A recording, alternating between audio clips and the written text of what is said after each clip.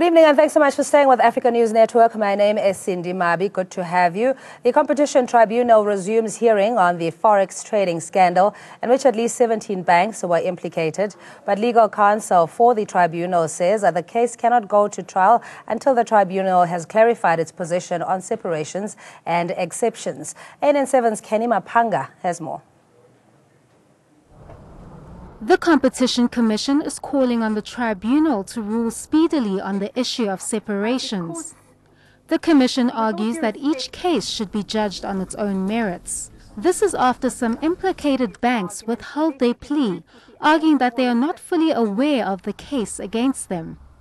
The probe, which started in April 2015, found 17 banks guilty of collusion. We are arguing that they should not be allowed to continue withholding their pleadings. The rest of the issues that they have with are all issues that can be dealt with in the course of the trial. The mere fact that other respondents have got cases that are not yet to run should not stop those cases that are ready to run from proceeding. The Commission's legal counsel insists that the respondents are able to plead, and if this was withheld, it would delay the process. However, some respondents disagree. When Investec explained in its answering affidavit that it has a single complaint about the referral, what it meant is it does not know the case it has to meet, and it has employed two devices to get at that complaint. The one is to say in the first case, Commission, give us the particulars that we say will cure the vague and embarrassing nature of your referral, and in the alternative, if you do not give us those particulars, we accept to the referral on the basis that it is vague and embarrassing. The tribunal suggested that a date should be set aside for further submissions. We've decided that we will hear all the what we would call the pure exceptions. In other words, those are the exceptions based on the Commission's referral. It's not either founding jurisdiction, disclosing cause of action, or vague and embarrassing. We will hear all the respondents who've raised that issue on a date which I understand at the moment you can't give to us, but you will come back to us in the next week. The matter of the Competition Commission versus 17 international and local banks found guilty of allegedly rigging the currency of the rand has been delayed yet again. The tribunal will hear pure exceptions on a date that will be decided on in due course. Kenny Mapanga, ANN7, Pretoria. We're joined in studio by Adil Nchabeleng, Transform RSA President, Tsepo Khadima, political analyst, and Tony Modise, market commentator, joining us via our outside broadcast facility. Good evening to our guests, and thanks so much for joining us. Tony, is this, in your view, another delaying tactic when the companies implicated are asking for separations and exceptions, wanting to be tried, in a sense, individually as opposed as a collective? Cindy, we can't really say that it's a delaying tactic. Pretty much they might be trying to find as much information as they can so they can present their case. So you know, this case is very sophisticated. It involves so many things that they are not able. Most of people who are in the banking industry are not able to put everything together at the go. Hence, they're trying to create some time so there could be enough time so they can make it a point that they present what they need to present. And the performance on the boards today of all these companies, seeing that the process has kicked in earnest?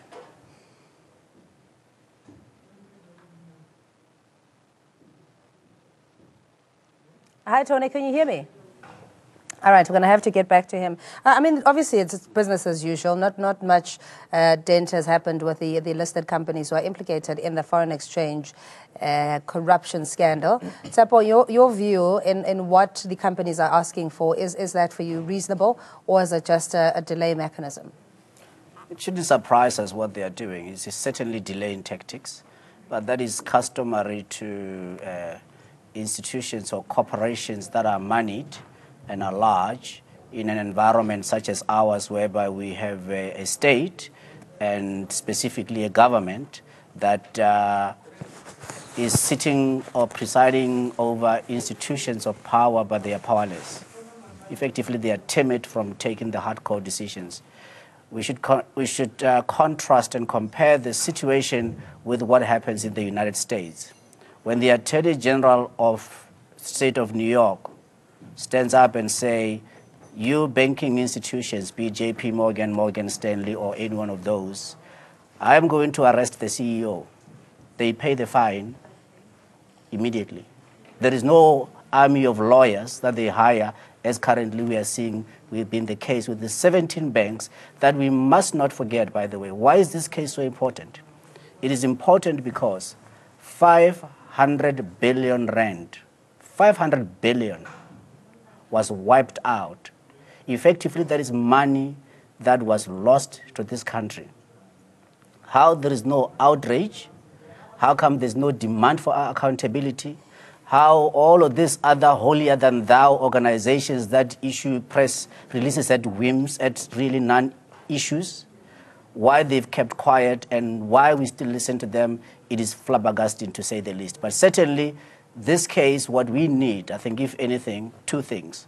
We need to have our National Director of Public Prosecutions to be given more powers so that they can be able to specifically prosecute criminally the corporates and the captains of industry who, by the way, have shown over and over again that they have no regard howsoever for the Competition Commission. And this case should not have been before the Competition Commission. If anything, under the Banks Act of 1990, this certainly falls within the Registrar of Banks, who is supposed to monitor the activities of the banks, because the Registrar of Banks is also the one who gives them the license to be able to trade in foreign currency as well as to do banking.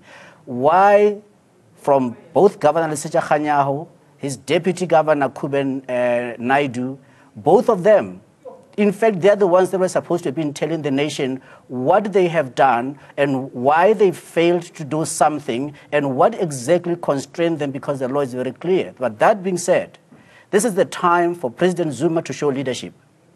He has got the powers in law to fire both Governor Lesetja Kganyago as well as the Deputy Governor Kuben Naidu, because clearly they have failed. The cost and the damage is 500 billion rand. And what we are seeing here with this charade that is happening there with this army of lawyers, we are just going to be in for more misery, because these same institutions are continuing to plunder. And continuing to plunder, I mean, it's very catastrophic, and it's surprising that, as you're saying, the 500 billion is something that we treat with, as if it's a second thought. And the responsibility of Treasury and the Reserve Bank in particular, Adil, in monitoring the behavior of the banks. If there were systems in place, surely that would have been picked up and corrective measures would have been taken. So if one says there is a culture of impunity in the financial sector, this would be a glaring example. I think, Cindy, thank you so much. This explains the impunity that some of these corporate institutions get away with. It explains very clearly the reason why some people in South Africa are adamant that South African Reserve Bank must remain an independent institution that is owned and controlled by the four banks who are owning the licenses to dictate as to what happens within the Reserve Bank. And it tells you very clearly that the stronghold of white monopoly capital is still over-pervasive. We have a state which is completely powerless. Here it has been found by the Competition Commission that you have the sector of banking cartel that has been working with its traders, using the Johannesburg Securities Exchange, which is the JSE, to rig and actually completely overinflate and collapse our currency over a period of years. This was not the first time it happened. This was just the reporting of what has happened over a period of time. What has not happened in the South African psyche and economic psyche is people have not woken up to the reality of what was really going on. The reason we have an economic downturn today, where there is no economic performance, is the erosion of a capital base. Because of our rand value as well as rand exchange was manipulated over a period of time. Remember when this started, the rand was sitting at 6 rands. The rand went up to the point where it even hit 6 rand at its best performance level. And today we're sitting with a rand that has moved from 6 rands right up to over 18 to the dollar, over 24, by the way, to the, sterling pound, as well as 17 or 18 with regards to the euro. So some people have not yet woken up to the realities of it. The Johannesburg Stock Exchange, by the way, it's at the heart of it. This money, as well as money manipulation, as well as currency manipulation, was happening at the trading desk and was happening within the institution of the Johannesburg Reserve Bank. But they have not been brought and questioned into proposition. This explains to you that as South Africans, we have not as yet properly built a CMAX, which is luxury level, which can house these bankers that has been corrupting and looting our government. Because bankers are not interested in going to prison. And you are not going to see that happen in any short time because really South African political party, particularly the ANC, is not in charge. Yeah. The ones that are holding the reign are the 12 trillion capitalized companies sitting at the Johannesburg Stock Exchange. Yeah. So Tony Modise, a market commentator, I hope you're back with us. Tony, obviously there seems to be a flouting of laws. If you look at the rand or currency devaluation for the benefit of obviously selling higher to the highest bidder, in your view, you think that the accountability will be meted to these companies, or are they just too strong, for lack of a better phrase? Cindy, it's not about them being too strong. When it comes to the law is the law, and regulations are regulations. Everyone needs to follow the regulations, being it a big bank or a small bank. I don't think the gentlemen in studio do really understand the implications that comes with such cases, or the processes that comes with it. Because in this situation, you are dealing with a chat room that was created outside of the bank. Well, some of the bank did come out and say, yes, we have found our employees, they did this, and we have dealt with them accordingly. In that regard, it comes to a point whereby you find, there's a point whereby the executives were not aware on what is happening. So when they want to issue punishment, obviously they want to issue punishment onto the executives, of which it won't really make sense, because what happens is the daily operations were still taking place. A gentleman that was saying that the dollar pricing within 2007 up until today, it was because of those processes that they were taking and them rigging the rand. It is not because of that. It is because of the actual flows of cash in the economy, and also the downturn of our economy. Yeah, that is. Let Adil just clarify that. Adil, you have no clue how these things work. Respectfully so. I think Tony is out of his gap with regards to understanding some of these issues. We've been living this particular knowledge. We didn't take on the Reserve Bank because we didn't understand what is going on in the financial sector. So for him to make such a blinded statement is actually an indication of deep level of ignorance, because probably he hasn't even understood who he is debating with and who he is engaging with on this particular matter. But that is just beside the point, okay? Let's get to the real fundamentals. South Africa's economy, the Johannesburg Stock Exchange has regulatory mechanisms. The minute the rand starts hitting a fluctuation point of view and there's volatility, that is where the JSE's regulatory processes kicks in. So if he speaks out of 10 and has no clue of how markets work, he shouldn't come and embarrass himself on some of these issues. Secondly is, the regulatory framework tells you South Africa's jumping from a currency situation to another currency situation.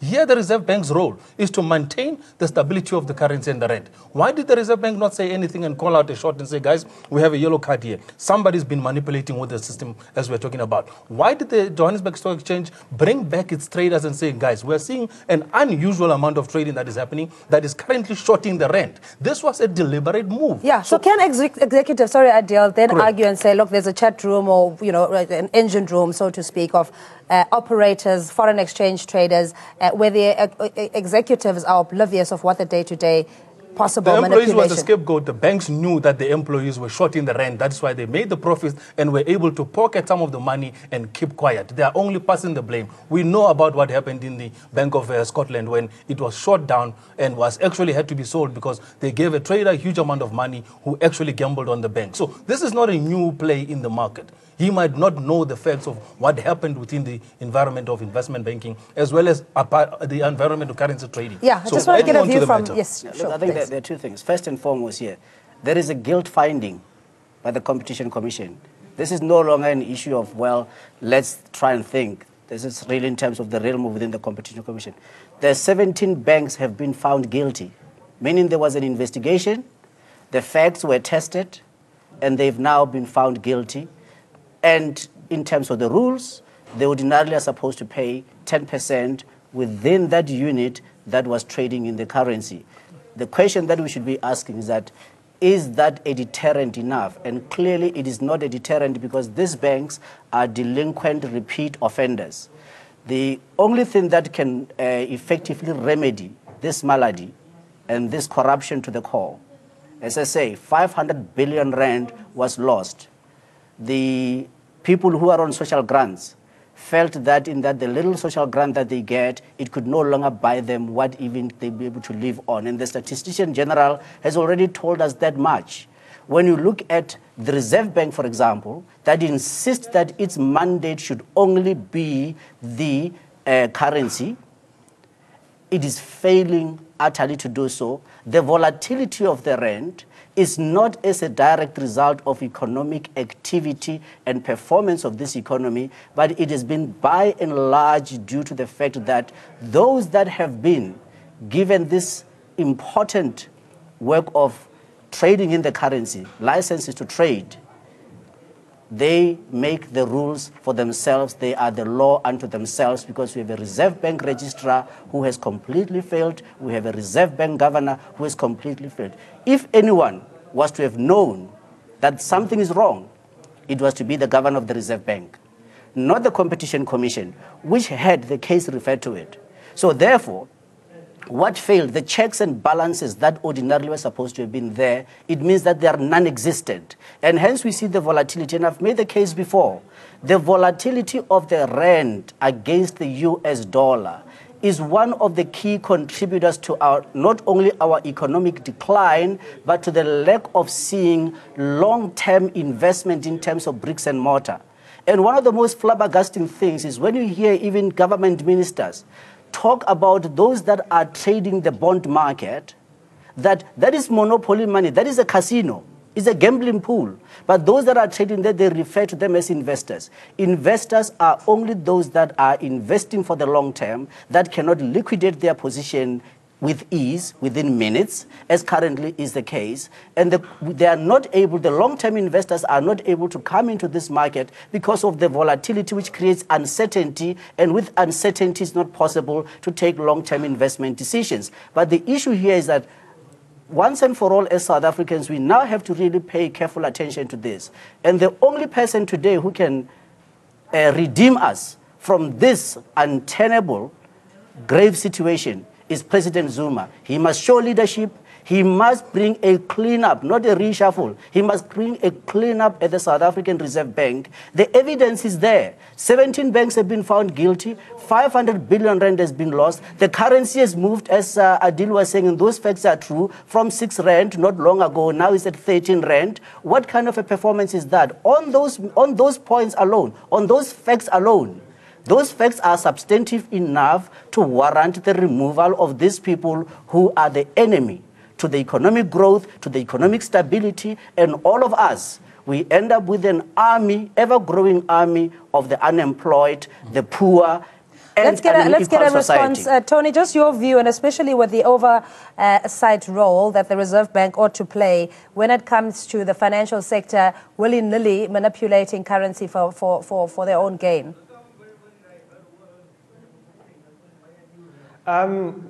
Cindy, we need to first understand the role of the Reserve Bank. The Reserve Bank's role is to take care of the currency, being the value of the currency, by basically paying attention more into the inflationary prices and also cutting and increasing of interest rates. Basically, that will manage inflation. That's how they will take care of the currency, looking at what international markets are doing. That is the actual role of the Reserve Bank. Hence, you will find them cutting rates and not cutting rates at sometimes. Basically, taking care of our currency, looking at what the international market is doing. Now, in this situation, these guys were taking advantage of their market practices, their access to information, knowing that where the market will go, where the rand will go. They would take chances in terms of when the market is when the market is low, they will actually be buying at the low price so that they can be selling at the high price, of which is not right when it comes to the regulation, because they were trading on something like insider information. That is something that is not regulated, that is adding pressure as well to the market. In that way, it becomes, there's something that is called liquidity in the financial market. All these processes had nothing to do with the Reserve Bank. They also had nothing to do with the JSE. There was no way they were going to control it. The normal transaction that the exchanges were experiencing, they were still normal. The only challenge was... Tony, you were saying that there are laws that we're all governed by, that we need to abide in terms of protecting not only the economy, the currency, but there needs to be transparency. So if you're saying that the Reserve Bank, for example, was none the wiser on this collusive behavior, it would be concerning. Just a correction. Insider trading is a punishable criminal offense in every country. If you know something and you actually prepare your trading based on forehand information, that particular trading is illegal and is criminally punishable. Just to correct that, misappropriation of the fact. I think Tony has got it wrong that insider trading is an unpunishable offense. It is punishable. No, a currency trader from Barclays in New York, as we speak, is on $150,000 US bail, was arrested, criminally charged, will be facing a trial, a criminal trial, for manipulating the currency in developing nations, and South Africa is one of those nations that this Barclays currency trader is being criminally prosecuted for. So therefore, let's not kid each other. Let's look at the things for what they are and not try and, I haven't read Dale Carnegie, How to Win Friends and Influence People. So we have to call the spade a spade. Things are wrong in this country. And we have allowed this group of people who have somehow paraded themselves as the ones that know it all, that are untouchable, to go on for too long. And I'm saying big corporates, the moneyed corporations in this country, and that includes the banks. If anything, we live in the era of Mark Twain, when he once said, this country does not have a distinct criminal class, except, of course, in our case, the banking institutions. Do you view that, Tony, obviously your view would be different. Do you think that everything is above board and, in your spirit of goodwill, you think that these banks, although they may have been found guilty, but it's something that can be explained away? What they've done, Cindy, is wrong, and they need to pay that 10% of their returns of their revenues for that period. That is the offense of this situation. Now, when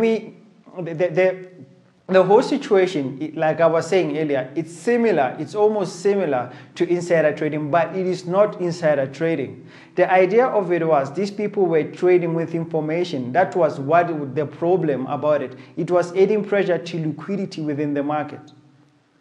Okay, so are we happy to put that to rest? No, it was. Very Insider briefly. Trading, very briefly, because we know the intervals. During the motions of no confidence, during the time when President Zuma was to be removed, during the economic turbulences, there were 4 informations that people knew what's going to happen. And they used that kind of an information to shoot the rand to a position which they wanted to. So I think Tony maybe doesn't understand the facts of what we're referring to in this case. We will pardon him on those bases. But the fact of what happened was insider trading. There would be a morning knowing that at 9 o'clock, this particular statement is going to be made. And as a result, you would have bankers lined up where they are going to make an obscene amount of profit by shooting the rent to an overinflation point of view. So this kind of issues cannot now be pushed on. These bankers must be criminally, punished, must face jail prison in South Africa, and must come and explain to us what they did to destroy our economy.